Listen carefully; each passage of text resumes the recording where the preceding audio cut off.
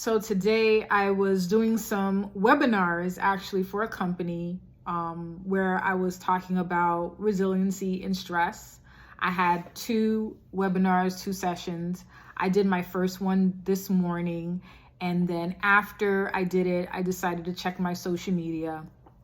And when I checked my social media, I noticed someone had shared one of my older posts, and that post was 988, which is the suicide prevention line.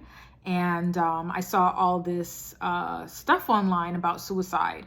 And I was like, what's going on? So I checked the news and I saw the news about Twitch, that he has taken his life. And it was really emotional for me. I still had to go back and do that second webinar today where I empowered and inspired and spread Christmas joy and holiday joy. And how would they know that I was feeling down or I was emotional? They wouldn't know. I see so many people making comments about you never know what someone is going through, and you don't, because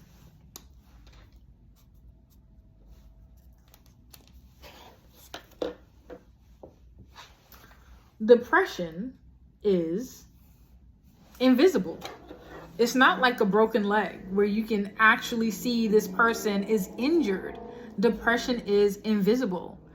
Emotions are invisible. You can't see them. So you have no idea.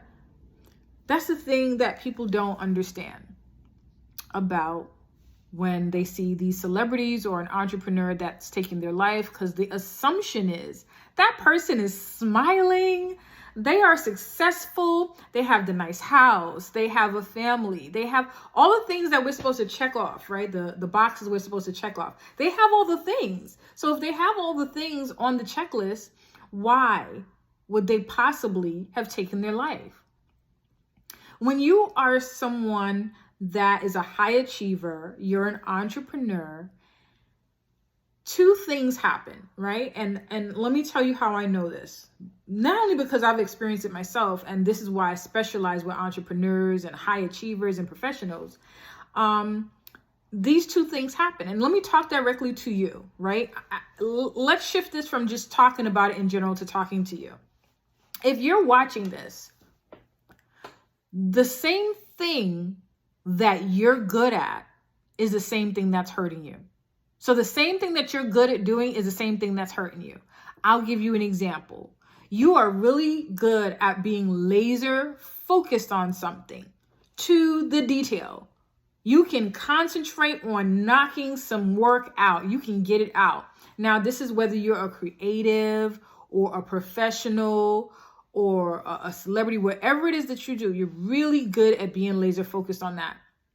But here's the thing. Sometimes you can be so good at the thing, so good at the details, so laser focused that you are almost obsessive about it.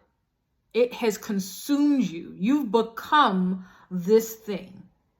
And it's overwhelming. You constantly thinking about it all the time. You're thinking about it when you wake up, when you go back to sleep, when you're doing something, when you're with somebody, when you're playing with your kids. You're constantly thinking about it all the time, right? So there's that part. So you're really good at it, but the doing it or the thinking about it is harmful to you. I almost compare this to like superheroes. Like you have superpowers that if you don't learn how to control your superpower could kill you. Your superpower could kill you if you don't learn how to control it. The other thing that I will say is you feel like this thing has taken off and now you can't stop it and you can't take a break. You cannot pause. Some people think just because you've achieved the success, you've achieved the 6 figures, the multiple 6 figures, the 7 figures, that's when you can rest, that's when you can take a break. But no, how you do anything is how you do everything. And guess what? I've worked with the 6 figures. I've worked with those who have the 7 figures. Why do you think I'm working with them? I'm working with them because they figured out that after achieving all that, they still didn't take a break and they need help now to learn how to deal with their emotions, to learn how to pause, to learn how to take care of themselves in the midst of everything. And the reason you're afraid of stopping is because everyone's depending on you. Your family is depending on you. Everyone is so proud of you. Your friends are proud of you. Everyone's looking at you to see if you're going to keep going. The critics are out there. The people that you have to pay, your staff, your team, the people that you have to pay are depending on you. It feels like you can't stop this thing. It feels like it is expected of you. Everyone expects you to show up and fix it. Everyone expects you to show up and make them happy and make them smile and be there for them. But how does it feel to be the go-to person that has no one to go to? It doesn't feel good. And this is when you need to get support. Now, maybe you're so busy and on autopilot that you get confused and you think, I am all right. I am all right because I am successful. Success doesn't mean that you're okay mentally. It doesn't mean that. Just because you're getting the things done and you're checking off the boxes, it doesn't mean that you're okay mentally. What matters is that mentally you are okay, therefore you are successful. I know that it can seem like you don't have time to do it. And that's why you have to protect your time to protect your mind.